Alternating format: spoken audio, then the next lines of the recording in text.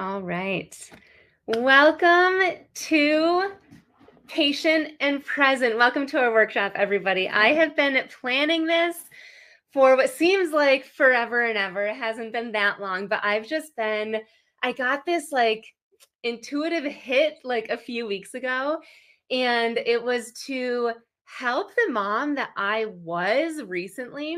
And I don't feel like I am her anymore. I moved through this, but I experienced a time where I was seriously struggling with the meltdown phase and just not showing up as the patient version of me, which I know that I can be and I always was before kids. And I wanted to be that, and I feel like I am now. And so today I really am excited to share with you what tips I truly think could be life changing. I know that that's a bold word, but I'm going to be sharing with you my all and giving you some tips that you could implement today that can make a difference for you as a mom and you as a woman as well. First, I just want to say thank you for hopping on today. I really respect your time, and I'm going to make sure that you get a ton of information and value from today. Before we dig in, just a little bit of housekeeping. First, you may have noticed and seen that we have some giveaways. So we have two different giveaways. We have the Journal Prompt Archive. This is the 100 journal prompts split up by emotional goals. The emotional goals like self-sabotage, stress, communication, overwhelm, so many other things too. And then also 1 month free of our journaling community called Emotionally Empowered. Some of you guys are already inside Emotionally Empowered. And this is where you get weekday prompts, my journal prompt flows. You'll hear that term a little bit throughout this presentation. And a journal prompt flow is more than just a journal prompt. A journal prompt typically is just one statement or question or a sentence. And I've always had a little bit of a pet peeve with that because sometimes it's just hard to tap into that. I once heard a journal prompt about pools. It was think about a time that you were at a pool and what it meant to you or something. So my journal prompts they mean something, right? They go a little bit deeper. They will get to the root and the core of what you're feeling and why you're feeling it and what it means and how to get to the other side. And it also helps you flow through your journal entry. It's not just one sentence. It's excuse me, a few different questions that help you flow through that entry. So you get those inside the Emotionally Empowered community, a weekly journaling workshop, kind of like this, except you'll actually journal through it, and then an awesome community of women that pop in the chat throughout the week as well.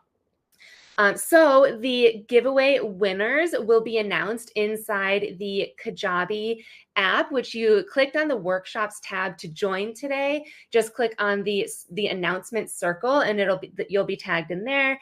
An email will be sent out after this as well, and you'll be announced in there too. So that will be the giveaways. And then here's what you're going to learn about today and what we're going to be going over. I'm going to be talking first and foremost, we're getting right into the mistakes that I made when I was trying to become this patient version, even with my son screaming at me and crying all the time and whining. Mistakes that I made when trying to become that version, and or mistakes that I've seen my clients make or that they are making, so that you can either stop doing them if you are doing them or avoid them if you haven't started doing them yet. I also want to share my story of how I went from being a single parent that was overstimulated, decision fatigued, anxious, to still a single parent, but patient and calm and actually enjoying moments with my kid. And then my 4 recommendations or tips or steps, however you want to think of it, to becoming the version of you that you want to be. I'm going to say that a lot today. And I want you to, when I say that, I want you to just take a moment and to think, who is that version of you? When I say that version of you that you want to be, for you, is that patient? Do you want to be a patient mom, a present mom, a more a more spontaneous mom, a more go with the flow mom, a more boundary held mom, right? What does that mean for you? And then at the very end, if you love this workshop and are interested in working together, then I'll share different ways that we can potentially do that, where I can help you through your specific season of motherhood. So I just want to share that what you're about to learn will help you if you are one of these four, I think 4 or 5, if you're going through one of these areas. Before jumping into those, I want to share that I would love for this to be a very interactive chat, which I can see that this already can be. So type in the chat if you can, a little bit about your kids. How old are they? Genders if you want, and let's see, age, gender, and how many kids. It's really funny. Inside Emotionally Empowered, we did this randomly recently, even though Emotionally Empowered has been going on for a few months now. We just learned that all of us, as of right now, have boys. Like, it's only boys in there right now. And it's a wild group of boys, I'll tell you that. 3 boys, age 2, 5, and 7, 2 boys, 5 and 8, 2 boys, 4 and 6, boy 3, girl 18 months. Hi, Brittany. 2 boys, almost 6 and 4. 1 boy, age 7. I have 2 8-year-old girls. They had just had their first day of second grade today. Oh, and a boy who is 1 and 7. I just dropped off my son for his first last day at daycare. So my son is 3. He'll be 4 in October. Awesome. Okay, so to set the tone for what you're going to be learning today, the 4 steps that I'm going to be sharing in a little bit will help you become more patient with your kids, less reactive, less triggered, and feel that sense of presence and peace. And it's been proven not just to help me, but also moms who are craving that sense of peace so they can stop flipping out all of the time. If they are constantly in survival mode, craving that level of support, career driven, but burnt out, and craving those healthy boundaries so that they feel like they can, like, have it all almost. Also, moms who are feeling like all of their energy is spent on managing those meltdowns and those big emotions and actually enjoying time that are spent with their kids. And moms who are currently going to bed depleted. I don't know if anybody else can feel depleted. There are some nights where that is just like the only word that comes to my mind. And then those moms that are waking up kind of dreading, feeling like they have to just do it all over again. And also dreading that, like, everything that you do, you feel like you're pouring yourself into everyone but themselves. And maybe a little bit goes into you, like maybe you're working out, maybe you're eating a vegetable here and there, but like you can't remember the last time that you like did something for yourself, like set a bigger goal for yourself and like, I don't know, like did a grand gesture for yourself, even bigger than just like, a massage for yourself, right? Like, so if that's you, then today is the day for you.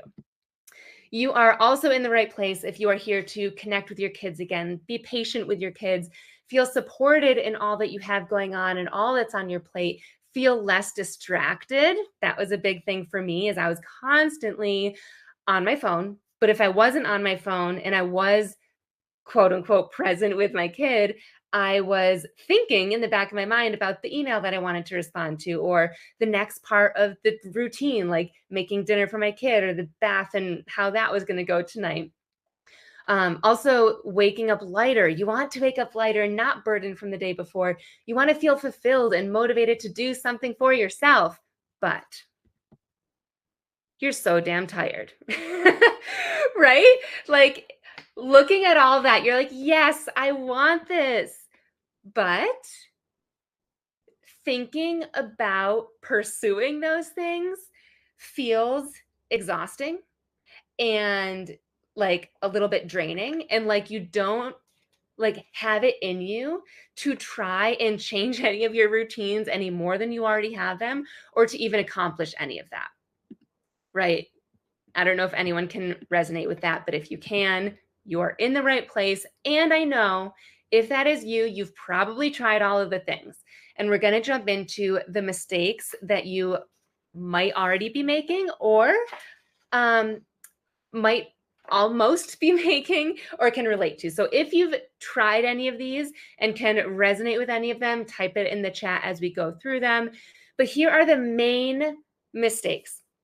And we're going to go into each one of these. So if you're looking at any of these and you're like, interesting, I'll explain. But the first, going to therapy or counseling, self-care Sundays, creating the perfect routine or schedule, and then thinking it's your kids, your partner, basically blaming someone else for the problem. The problem being your reactions, right? The reason that you can't be calm and patient with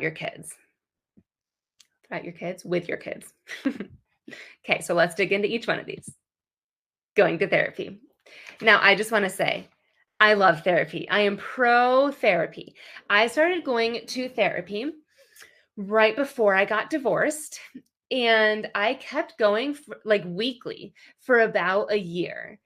I started journaling maybe about a third of the way through or halfway through my therapy sessions. I started journaling, and that was when my basically right when I told my ex-husband that I wanted to separate from him, that was when I really started to dig into journaling, because there's a lot of emotions going on and I needed something to like in between the journaling sessions, the weekly journaling sessions. And through journaling, I got really good at being able to see what evoked an emotion in me and to dig into it. And what evoked an emotion in me, some of like the very real things that were going on in my life, like things around my divorce. My kid at the time was 9 months old. So a 9-month old. Also in therapy, like, I don't know if anybody goes to therapy currently or has, but my therapist is the type of therapist that like isn't super unbiased, and she'll say things or like have a reaction. I'll be like, what was that reaction? And like I would journal about that. Or TV shows. I don't know if you guys like feel feelings with TV shows, but I remember when I was going through my divorce, I was watching Virgin River. Any Virgin River fans in here? And I remember the relationship dynamic between the two main characters. At the time, I was just like, oh my gosh, they communicate so well. And I was just like, it just made me feel a certain way, good and bad. And like, it made me self reflect. And I would use journaling to like dig deeper into that. And it wasn't until, so like that was a great pairing, right? Therapy and journaling. But it wasn't until I couldn't afford to keep going to therapy because I was paying for it out of pocket. I didn't have a job that would cover that. And I was paying for it out of pocket and I couldn't afford to go every single week anymore, that I turned to journaling more consistently. And I found that I felt better after journaling compared to how I felt after therapy. And also, you can journal whenever you want. And I loved that. I loved that I could journal on a Sunday morning and I could journal on a Tuesday evening. And as soon as I had a feeling, because there were some days or weeks that I would show up to my therapy session and had nothing to talk about. And I remember texting my sister afterwards, and because we would always like, what is that called? Like secondhand therapy, when like you then tell somebody else and it's beneficial for them too. And I was like, we didn't really talk about much today because there was nothing going on. But with journaling, you can like journal it out as soon as you have that big feeling or the big conversation or that thing that happened to you at work.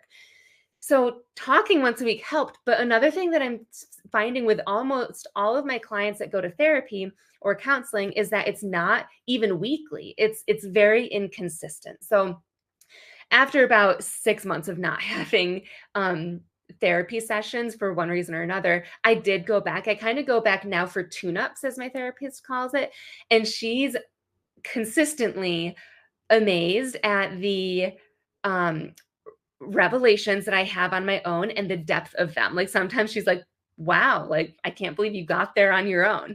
And at least one person on this call right now, 2 members inside Emotionally Empowered said that they also went back to their therapist after I think it was like 4 or 6 weeks of not seedon't them, and their therapist said the same thing after using the journal prompt flows inside Emotionally Empowered. Their therapist was like, "You are like, it's so much better than the last time that I saw you. You're so much more grounded, and like you've had such huge things happen in your life, and you're like doing so well. And like I didn't expect this version of you coming into my office today since it had been so long." So it is great. Like if you are going to therapy and you are feeling really good, the next tips that I'm going to be sharing are going to help you expedite the growth. If you're going to therapy and you haven't felt a difference, it's not your fault, and that's okay too. Yay, Jess. Yes, you are one of them. Okay, let's dig into self-care Sundays. Um so I was a type of person, this is such well-intentioned, right? I especially when I had just moved home, I had tried to plan weekly walks with my twin sister, just to get out more and to like vent, or monthly get-togethers with a friend, and we would like grab drinks or go to yoga. I would also think to myself, if I could just meditate for 5 minutes a day, like that's my goal, 5 minutes. When I was with my ex-husband still, I would rely on bubble baths, and I would even do them throughout the week, bubble baths. I would even, oh my gosh, I would go to Target and they have these bath bombs with like little, um, gosh, I don't even rubber toys, if you want to call 'em, like on the inside. One of my favorite ones, it was like a pink unicorn. Anyways, completely off topic, but I would love those. I would like have a glass of wine in the bath with my bath bomb, and I would rely on workouts to myself. And I think all of that is great and well intentioned, but self care like that and waiting for those moments to like come home from work and take the bubble bath, or, going to the coffee shop and treating yourself to that nice cup of coffee or a matcha or whatever it is, it feels good in the moment, but it's so fleeting. You get out of that bath and you're smacked face in the face with like whatever relationship issues you've got going on, or with the kid that's melting down in front of you because you took too long, or because the bath isn't warm enough for him, or whatever it is, right?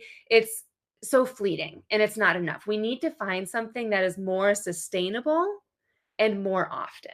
So self-care is great, but more sustainable is what we're going for. Fun fact, I started to get really good at journaling, and I changed nothing about my health. Like I didn't change anything about my workouts or my nutrition.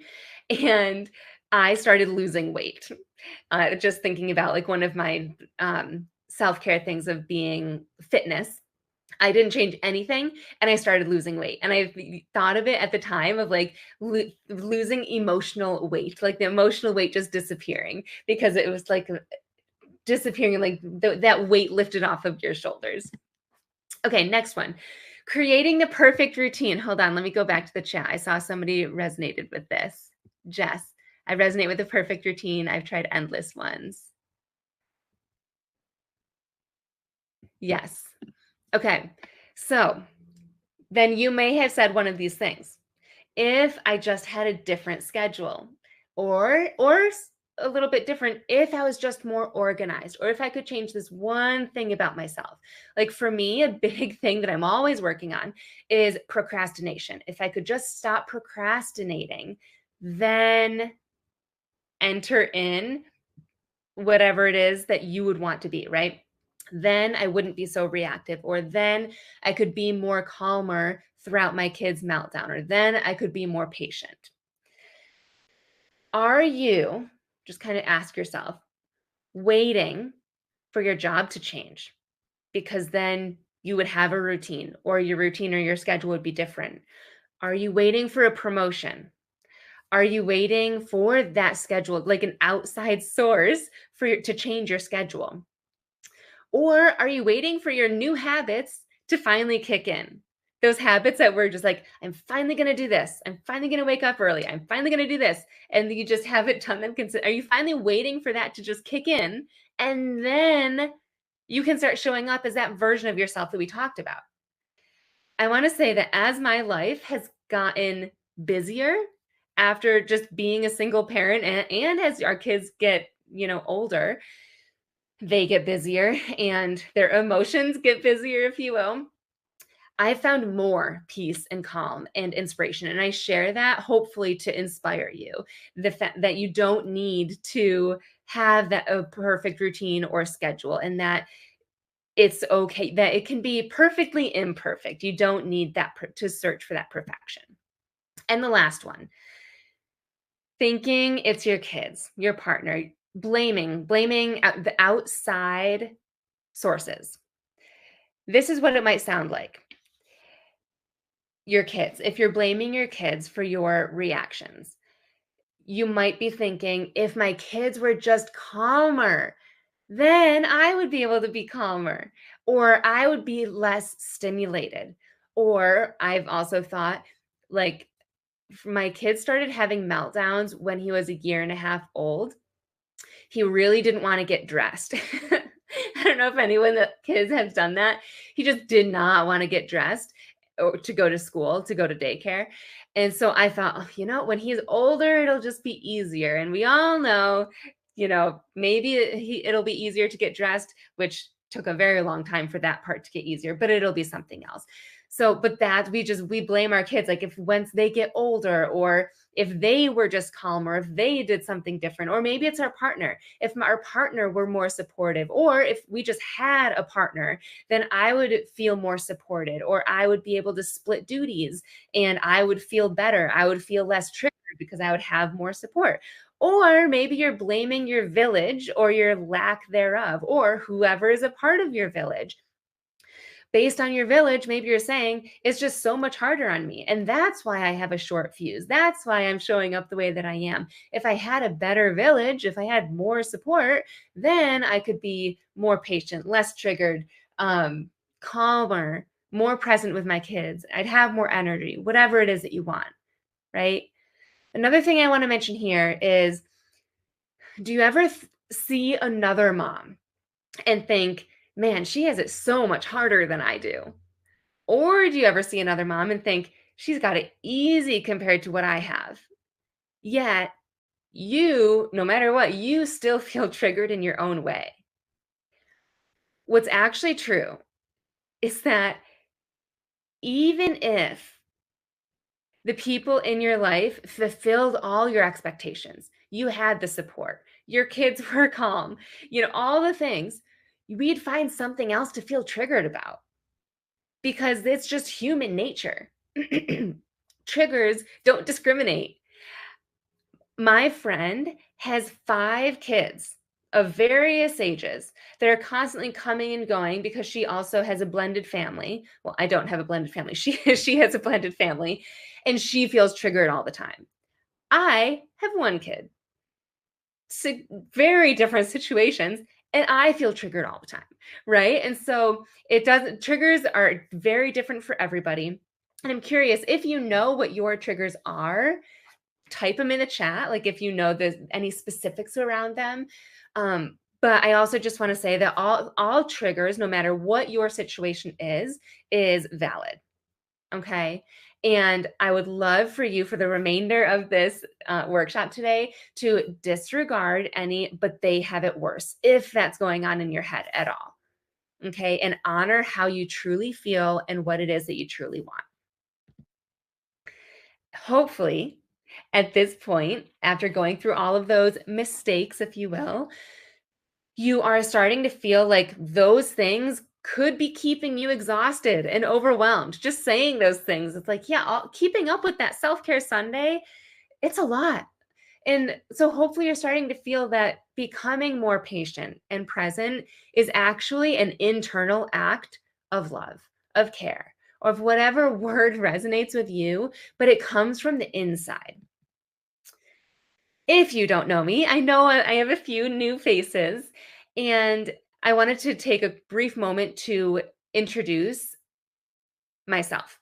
I'm Sam, and the cliff notes of my story is I had my son during COVID. Any other COVID mamas in here? I feel like there are. based on the ages that you guys said that your kids are. So I had my kid in October of 2020. His name is Griffin. He's 3, almost 4 years old. And I was living in the Outer Banks, North Carolina at the time. One second, I need to have a sip of water.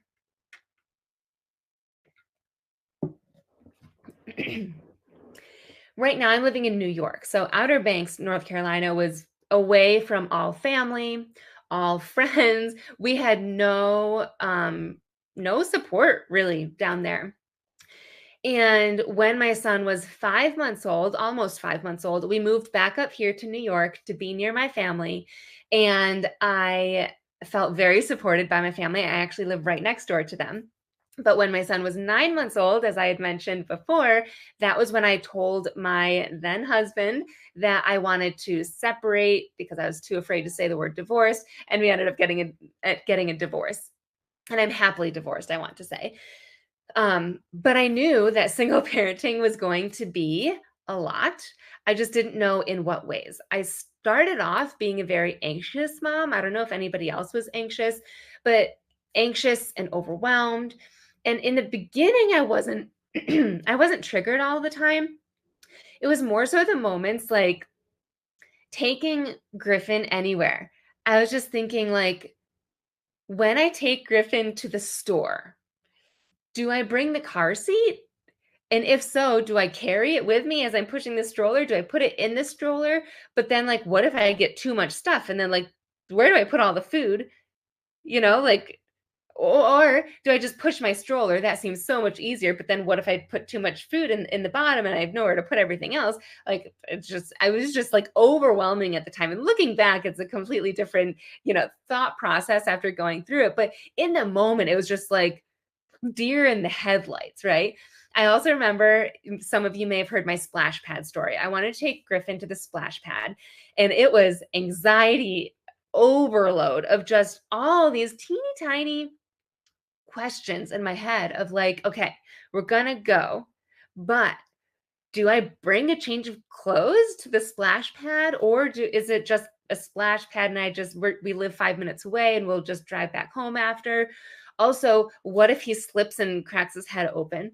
Also, what if I am there and there's other moms there and they want to talk to me, but Griffin starts running away and I'm the type of mom where I'm like, I don't want him to be too far away from me, but there's this mom talking to me and I also want to make mom friends. So like I'm like pulled in two directions. I feel like I've rope on both sides and I'm like in the middle of it. Like those are the types of things that were going on in my head. And it was just like legit, like I was that emoji with like the head exploding on repeat. And then the overwhelm stuff too. And that was just like when Griffin was younger. So maybe some of you can relate to that. Or the overwhelm was like once Griffin got older, the changing of clothes was just like, oh my gosh, he wouldn't want to get dressed. And then like what to make for dinner that my son might eat, most likely would not eat. Then you guys, recently I saw Griffin. I made him spaghetti in a bowl. And the other day he picked up the spaghetti and he turned to the floor and I saw it in his head. He was like, should I drop this? He almost dropped it and he didn't. He brought it back over to the plate and then he went back over to the floor and just dropped it. And I'm just like, really? And then the very next day, I made him his whole dinner. And then he had a meltdown because it was too hot. And then similar right after that, meltdown because it was too cold. And then he was finally ready to eat it, but it was meltdown because it was touching. And then meltdown because he was finally eating it, but then his hands got sticky. So it's like the baby things. And then now at this stage that like there's always something, right? And so I started at some point journaling through all of that. And the journal entries started off. I journal in the mornings, if you don't know. And the journal entries started. This is bringing back many memories. Yes, probably triggering memories, and I apologize for that. But my journal entries started off in the mornings. Like yesterday was hard. Like I would write in caps lock, hard, or yesterday was a lot. That's like what I would constantly write, and I would talk about like what it was, and then I finally was like, this is helpful, but there's a better way. Like, I can't just sit in this emotion. And so my journal entries turned into effectively processing that hard and going deep into where I picked certain traits of mine, like people pleasing and avoidance, to questioning those things and to questioning how I want to show up as a mom and why certain things triggered me the way that they did. And do they need to trigger me?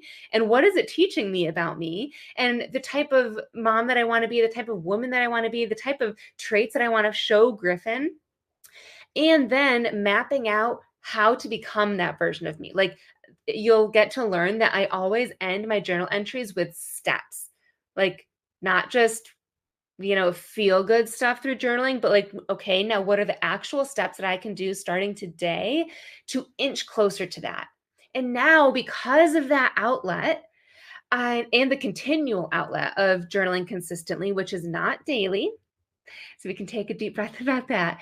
But I truly do feel more patient and more connected with my son, even slash especially when he is having a meltdown. And when he is melting down, I personally am able to reset my emotions within like 30 seconds of that.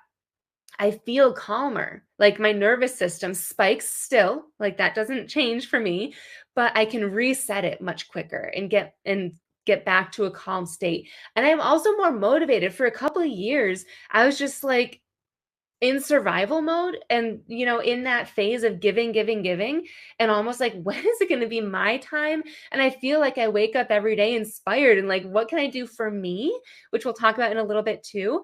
And I also feel like I have boundaries, and we'll talk more about this too. But it just feels really good to like know myself and to know how to show up as the version of myself that I want to be, which ripples into not only our kids, but our families, our friends, and our career positively into like everywhere else.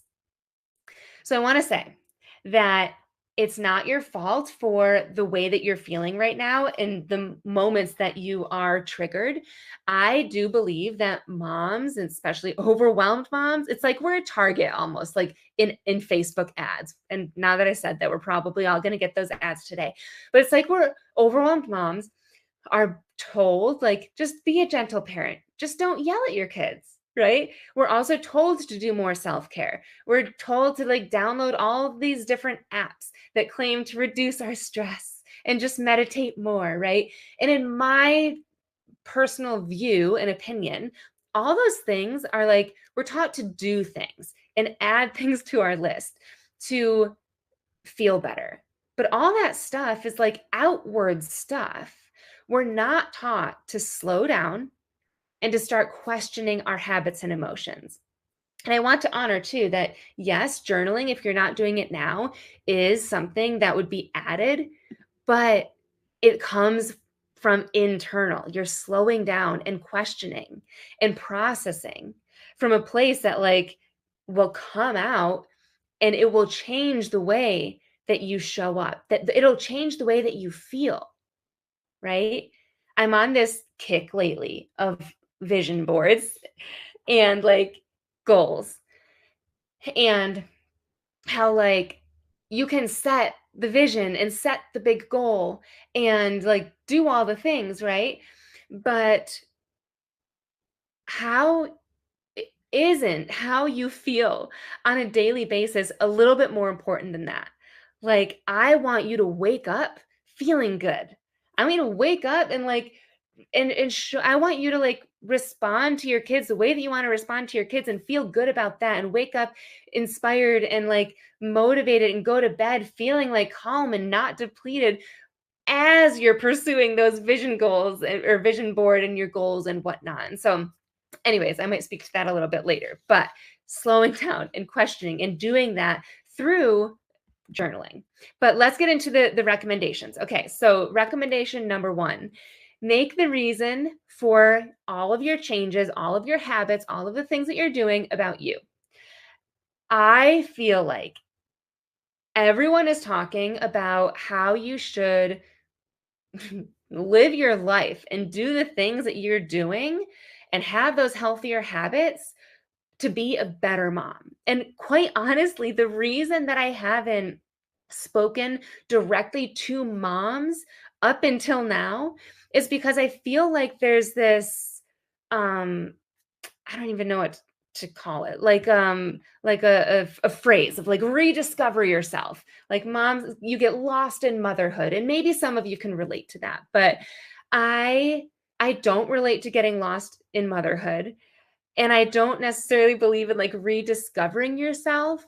I I always feel like my focus has never been about my kid because I know that my positive energy, how I feel, will of course ripple into him. And maybe it's because I've experienced it. And I'm curious if you have experienced this too, but like the days that you wake up feeling good are usually the days that you feel like you're a better mom. It's usually the days that you handle meltdowns better. It's usually the days that like you feel less triggered, right? So like when you work out, doing that for your kid might get you motivated, right? Like saying you want to do this for your kid might get you motivated, but doing it for yourself so that you wake up feeling your best, feeling guilt-free, that is what will keep you going. I don't know if any of this is making sense, but I don't want to feel like bad about my parenting. I don't want to feel blah and gross, and I don't want to feel impatient, and I don't want to feel overstimulated way more than I don't want to have my kid to have a mom like that, right? That's overstimulated. I don't want to okay, I'm glad this is making sense because it took me a while to wrap my head around this. I'm like, it's about me, and it feels selfish to say that, but I feel like there's this disconnect, and with all these people and coaches and programs talking about, like, rediscover you to become a better mom, it's like, but let's focus on you, and obviously you're gonna be a better mom. Obviously, you're gonna be more patient, like, of course. So I could do a whole workshop on this, but focusing on you will ripple into the lives of your kids, of literally every other relationship without it needing to be the focus. So I'm giving you permission to make you the reason. Like, try to not be overstimulated for you, right? And whatever it is that you want to feel, make it personal, make it selfish, right? Do it for you. Okay. Recommendation number 2, create a 30-second release and reset ritual. So, what this will do is it will help you feel grounded after moments where your nervous system, or all of these recommendations are based on what I've done. So, where my nervous system spikes. Like I said earlier, my nervous system still spikes. But what this does, having this ritual that I do after the meltdowns or after anything, whining is my ritual. Like, even if it's not a full or not my ritual, my trigger, even if it's not a full-blown meltdown, when Griffin whines, it's just like, "Okay, stop whining, use your words." It's just like nails on a chalkboard. So having this ritual enables us to like release it, right? Um, the parts of this ritual, right? It can look different for everybody. It can be very different based on who you are, what you enjoy, and the type of person that you are, like, how you were raised and what brings you joy. But a couple things that should be a part of your reset ritual. One is things that will actually move your emotions through your body using somatic practices. And I also want to mention here the brain gut connection. So some of you may have heard of this, but there is a connection between our brain and our gut. Our brain speaks to our gut and the rest of our body. Meaning, like when we say affirmations, for example, like, I am healthy, I am a patient mom, I am positive, I am whatever. It works kind of, right? Like it that is transmitted to our gut and it makes us feel good and it's transmitted to the rest of our body. But 20% of that message is sent. 80% of what we feel in our body is sent to the brain.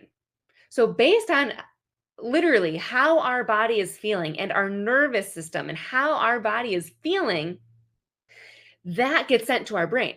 So, no matter how much we say we want to be patient and present and all of the things, whatever's happening from here down matters.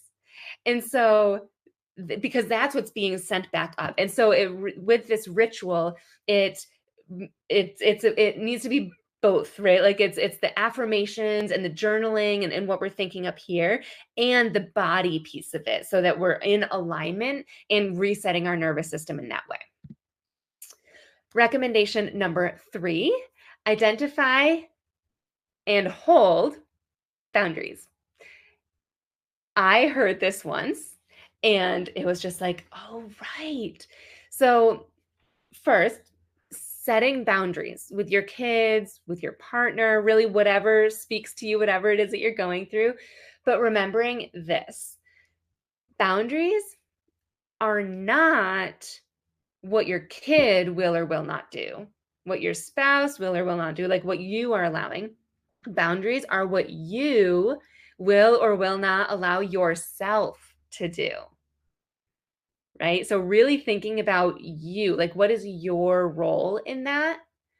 And building the mental courage and strength to identify the different areas of your life where having those boundaries would have the biggest impact, because there's a million places in our life where we could have boundaries. And even just with our kids, like there's so many areas where we could have boundaries. Like what was happening last night? Oh, Griffin was jumping on his little trampoline inside my house, and he was chewing gum. And why, for some reason, I kind of felt triggered during that. I was like, he could choke. The whole time I was like, he's gonna choke. He could choke. And in my head, I'm like, do I want this to be something like a boundary where I'm gonna say, like, I will allow, I guess that would kind of be like allowing him to do or not do something.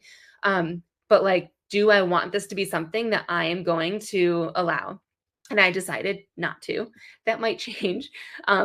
But so that's just one teeny tiny example, right? There's so many different examples. So identifying within motherhood, like what areas will make the biggest impact for you.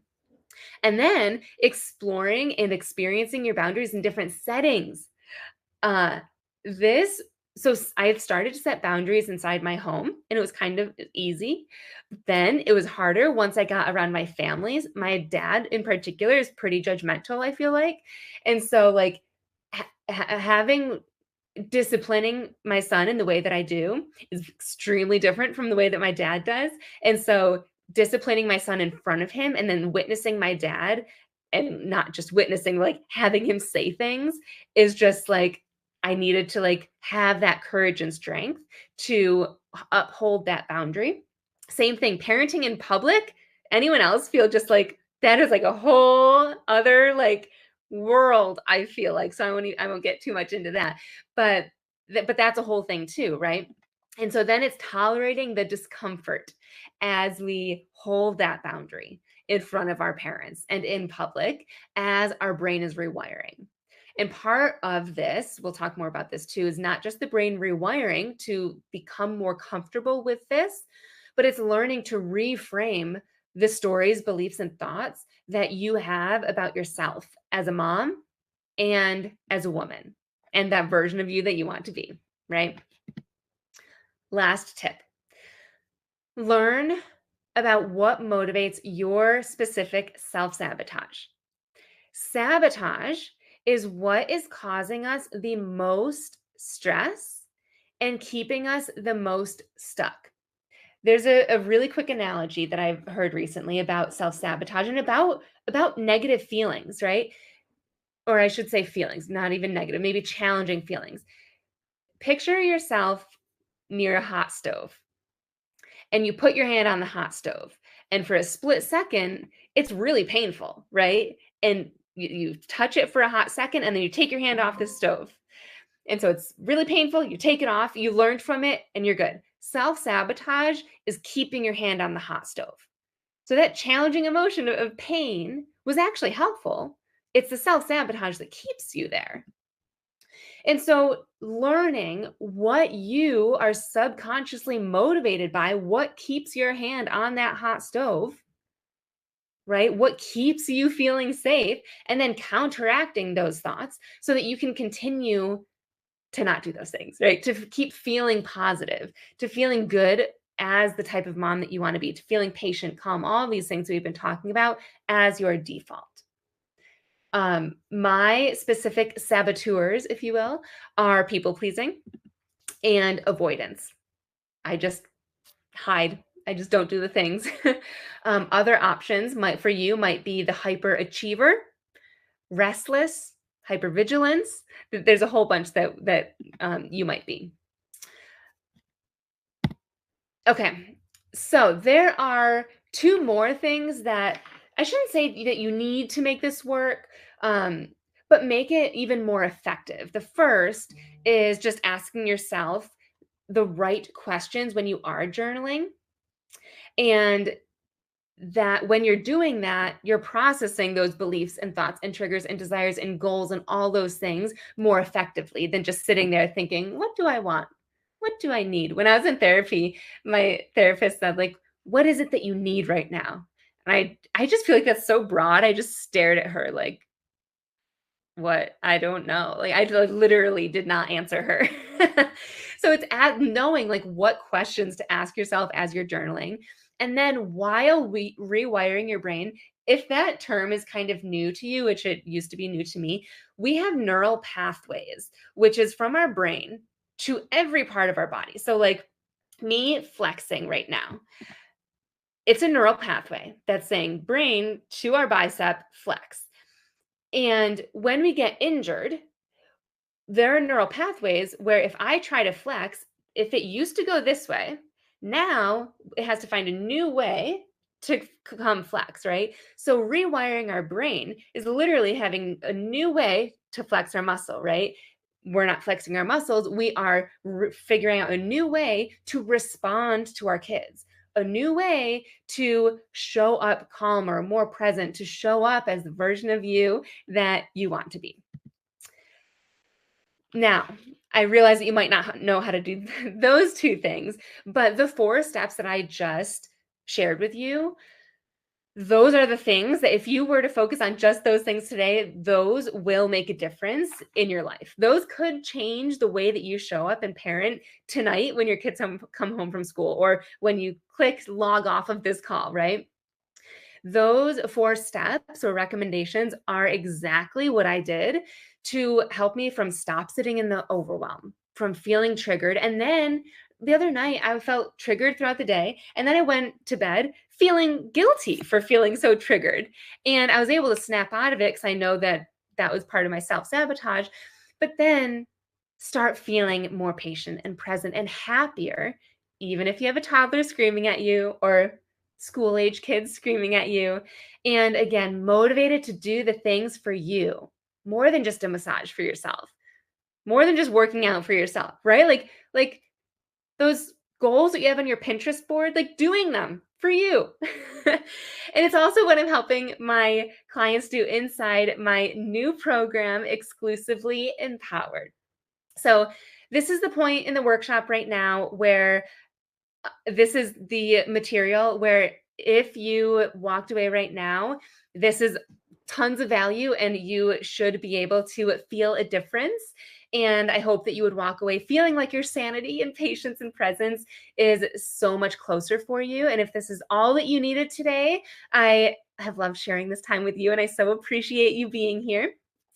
If you are curious about working together and learning more about Exclusively Empowered, then I'm going to share a few more slides on what that is. So feel free to stick around. If you are watching today or you're watching the replay, I genuinely believe 2 things about you. The first is that your family loves you so much, so much, of course. It's just that you don't feel great all the time, whether that be physically or how you parent. I really doubt that your kid is like, wow, my mom is not patient with me all the time, or that your that your partner is judging the way that you show up, right? It's just that you feel like you could be a better version of the way that you mom, right? Or the woman that you are, right? You want to show up differently. You're so loved. It's just you have this feeling inside. I also believe that you're a goal-driven woman. That's why you signed up for this workshop, to improve yourself, right? It's just really hard to set goals when your mind is constantly swirling around all the things that are on your plate, right? The job that you have and all your responsibilities there, and then coming home and almost being in survival mode of like the routines and the responsibilities there, and being with your kids and all that, and then doing the bedtime routine, and then going to bed depleted, and then doing it all over again, right? So, Exclusively Empowered is my private coaching experience where I take moms from your unique triggers and overstimulation to your defaults of calm and patient and fulfilled and waking up inspired. If you have ever worked with a private coach before, type in the chat. I'm really curious if you've ever been able to experience that. I've had a few different private coaches in a few different settings, and it's really special because when you have a private coach, that person is like all in on you and like your season of life and your struggles and your goals. And they are able to help you through it. Not just like a friend that like vents, back and forth with you and is always on your side, but like sees this from like a bird's eye view. And if you're into human design at all, one of my human design is projector, which is the bird's eye view, and seeing like where you are now and like seeing the bigger picture and helping you through that.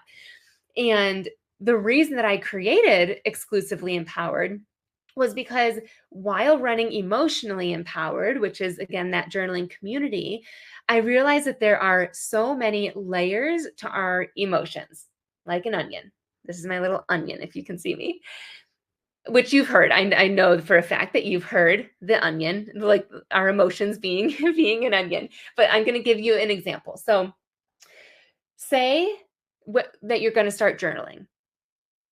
Let's say you start journaling. Let's see, Katie, I had a coach who was really helpful in dealing with my mindset. Yes, mindset coaches are amazing. So say you start journaling. We all have a reason to start journaling. Say you start journaling because you think that you feel like you are stressed and overwhelmed. So you peel back that one layer, right?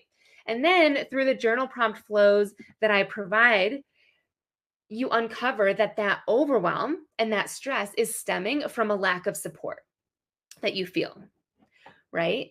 But through journaling, you actually realize like, actually, I do have support. It's just that you don't feel confident in asking for support and or receiving that support, which is a new revelation for you, right? And so from here, let's say my journal prompt flows help you uncover that it's actually your unique saboteur, whatever your self-sabotage is, that is keeping you from asking for that support. It's also keeping you from having difficult conversations that you want to have, from taking the next steps that you know you should probably take, whether it be in your career or parenting or relationships, to get to that next level, right? Because you want to keep yourself safe. Our comfort zone is always nice and cozy, right? And you don't want to add to the overwhelm. So that's why you keep yourself nice and safe in that bubble. But then through more journal prompts, you realize that all of this underneath all of this is anger, because it's been so long since you've allowed yourself the chance to level up in your own life. While it seems like everybody else around you is doing it, your kids are doing it, which is great. Of course, we want that for them. We want to see them thrive. But then you're also maybe allowing your spouse to do that and your friends to do that, and you're supporting everybody else. But again, like Ask yourself, when was the last time you allowed yourself to do that? And anger can come from that. Resentment builds up from that, right? And that's just the beginning, right? We haven't even tapped into feeling seen and being seen and like heard and like the needs behind that, right? And that, so that's like just a couple layers of that onion. I have loved peeling back my own layers. That's where my whole journaling business started, was because I peeled back my own layers of through, I should say, through divorce and single parenting and starting a new business, and then now the messy growth of parenting a toddler. And I love, love, love coaching and guiding people through their layers, their messy layers and beautiful layers, in a way that feels safe and comforting to them, because it can feel scary to open up and to be vulnerable in a way that you feel like you've never said things before because you feel like something bad might happen. But in your journal and with somebody that's guiding you through this, especially somebody who's been through it before, like it can only do good. It only opens up like a whole new world. Little Mermaid just popped in my head. A whole new world of possibilities and opportunities of who you want to be and how you want the rest of your life to feel. So, exclusively empowered is for that woman, if that is you. It's for the woman who knows she's meant for more, who has these big feelings, maybe like swirling around underneath, and you're feeling deeply. Maybe you don't know what it means, or you're afraid to act on it, and you just need somebody to like help you make sense of it and help you make it feel a little bit safer and feel a little bit better. Okay, so here's how I help you get there. I created the emotionally empowered method, and it has these 3 steps. So there's 3 steps. The first is release. We are releasing emotions. We are releasing beliefs. We are releasing behaviors, releasing anything and everything that isn't serving us. And the way that we do this is through strategic journaling that helps us process all of it first. I always like to say people jump to like letting go of things, but if you're not honoring what it is and like questioning all of it, it's like you're keeping it under the rug, right? So like we look at it. We put a magnifying glass and we don't stay there for too long, but like we look at this big thing because when you look at it, it feels less scary. And that awareness piece, that alone might even solve all of it. Doesn't solve everything, which is why there's more steps. But we look at it and then we let go and grieve we go through a grieving process and then we let it go. Step 2 is reframing the stories that we have grown up with, and reframing the habits that we have, reframing the thoughts that we have into the ones into stories and all of that that serve us and serve the person that we want to be today, tomorrow, and the version of us like 5 years from now, 15 years from now. And lastly, reprogramming. This is the step where we're actually rewiring our brain, and a step where we talk about boundaries and implement them, right? And have the hard conversations and do that neural pathway work. These 3 steps is what has helped me understand myself and get to that level of how I want to feel on a daily basis. And when I do slip into funks, because I still do, it used to take me 1 to 2 weeks to snap out of it. I don't know if that's normal or what your slipping out of a funk looks like, but now it takes me 1 to 2 days just based on this process and how I'm able to work through it. The one thing, the next slide, I'm going to share with you exactly what comes with it, and then we'll wrap up. But what makes this process and exclusively empowered different from literally anything else out there, I believe, is that journaling is a method that when you learn this, the emotionally empowered method with it, I'm literally teaching you how to do this work yourself and guiding you through this initially, but so that in the future you can like process any big emotion, any feeling, any circumstance, any situation, any big decision that comes your way, any question that you have up in the air, and process it yourself. You don't have to keep hiring. You don't have to keep downloading another app. You don't have to keep finding another course. Like, you will have your go-to method the next time you have a question, the next time you're feeling away, and you will get to the root of it like that and then be able to take action on it. So, what's included inside Exclusively Empowered? You get 9 private coaching calls, and these calls are to catch up on you, your season of motherhood, and life, right? Whatever's happening, your life, your triggers, stressors, emotions, and we actually work through them on those calls. One of my favorite parts about it is on the spot journal coaching through Voxer. Voxer is a really cool app if you've never used it. It's like a walkie-talkie style. You get access throughout the week, and this is to help you dig deeper into your entries. Something that I didn't expect when I've had private coaches or private clients in the past is they actually screenshot their journal entries and send it to me and say, like, Sam, I had this really cool revelation. I just don't know where to go next. So I read it and then I'm like, oh, this is what you need to like journal on, or this is what you need to say. Um, so you can use it for that whenever you're stuck, or if you have a new revelation throughout the week. It's kind of like not waiting for that 1 week therapy session. It's like when you have that big emotion, pop in Boxer. You also get the Emotionally Empowered course with 9 modules that will prime your brain, your nervous system, your heart, all the things. And the 9 modules include things like decision making and how to do it in a way that feels right and aligned for you, speaking up, being seen, using that voice of yours, coping mechanisms, what they are for you and how to make them feel better. Also, shifting your habits and how to do it in a way that feels good, how to release those pent up emotions and how to do it when they come back. Overcoming self-sabotage. So we'll go over, there's actually 9 different saboteurs. So which ones yours are and how to work through them. And there's more, but it's using tools through cognitive behavior therapy, guided visualization, which is one of my favorites, positive psychology, neuroplasticity that we talked about, and human design, also one of my favorites. Lastly, you get complimentary access to Emotionally Empowered. Talked about that a bunch. So the next steps, if this sounds like something that you would be interested in, is to book an emotional audit call with me.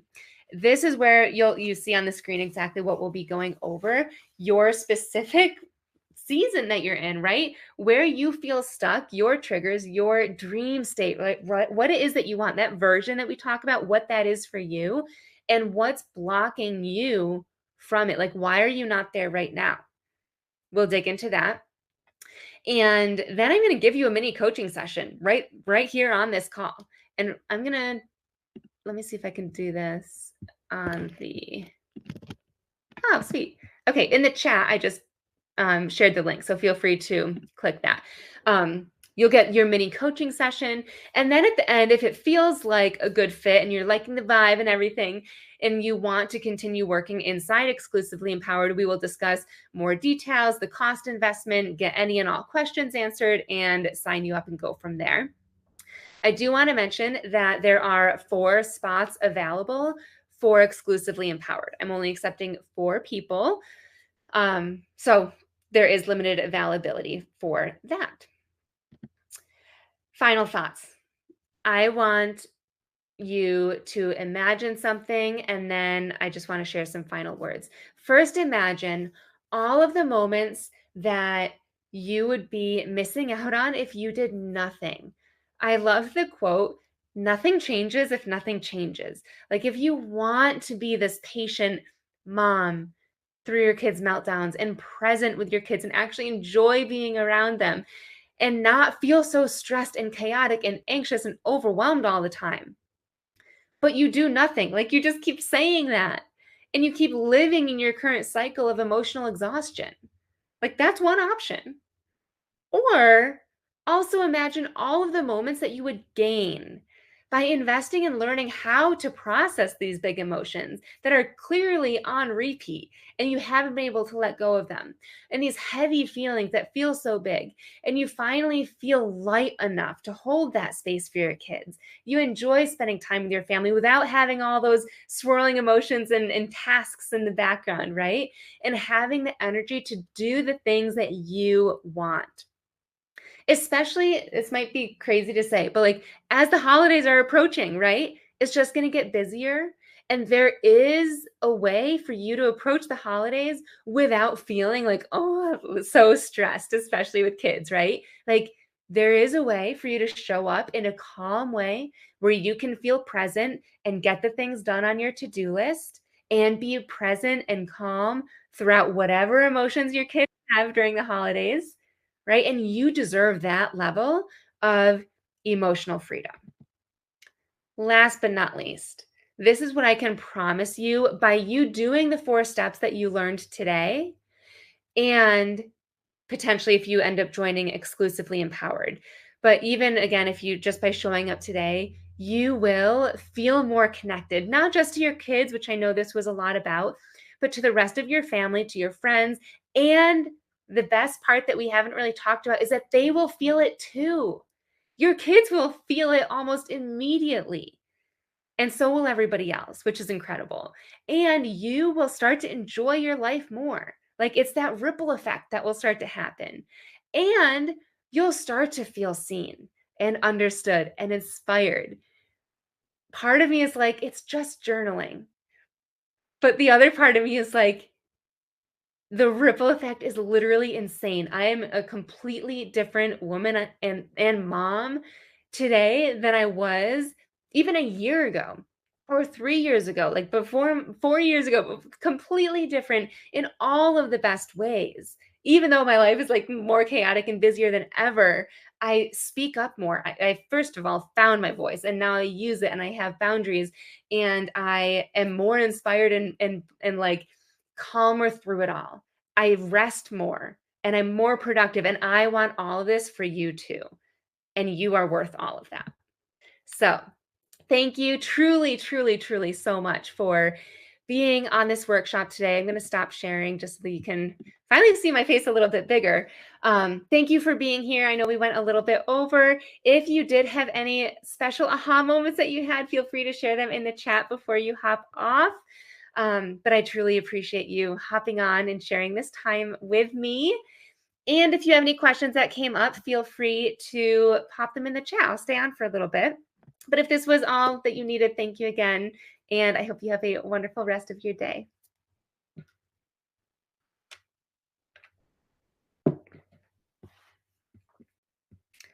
I would love to hear more about the 30-second ritual. Yes, Katie. So this, I would encourage you to book an emotional audit because we can get more into, you're welcome, Lauren, more specifically what would work for you. But I'll tell you a little bit about mine. So my 30-second ritual is really simple. What I enjoy that works for me right now, I mentioned that it needs to like move your emotions through your body and like move your nervous system. So 2 things that I do. Breath work is one thing that can impact your nervous system. So there's a specific breath work that I do. It's called the 4-7-8 breath work. So I do a few rounds of that and then I dance to a song, either what is it? Shake It Off by Taylor Swift or Shake It Out by Florence and the Machine. And I literally just like dance and wherever I am. And I just like, well, it's just silly and I'm not a good dancer, but I just envision. So it's also visualization of me, of like all of the like negative energy and emotions like rolling through me. And it's not even the full song. It's just like literally 30 seconds of that. And then that's all that it is. So it's a little bit of visualization, dancing, moving my body. And what was that first thing that I said? Breath work. You're welcome, Bree. Thank you for joining.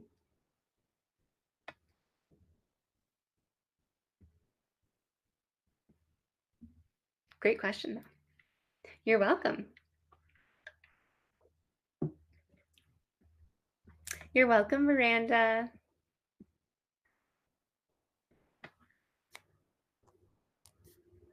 Awesome. If that is it, I look forward to having a call with some of you guys. Oh my gosh, Jess, we have a call right now, so I will talk to you soon.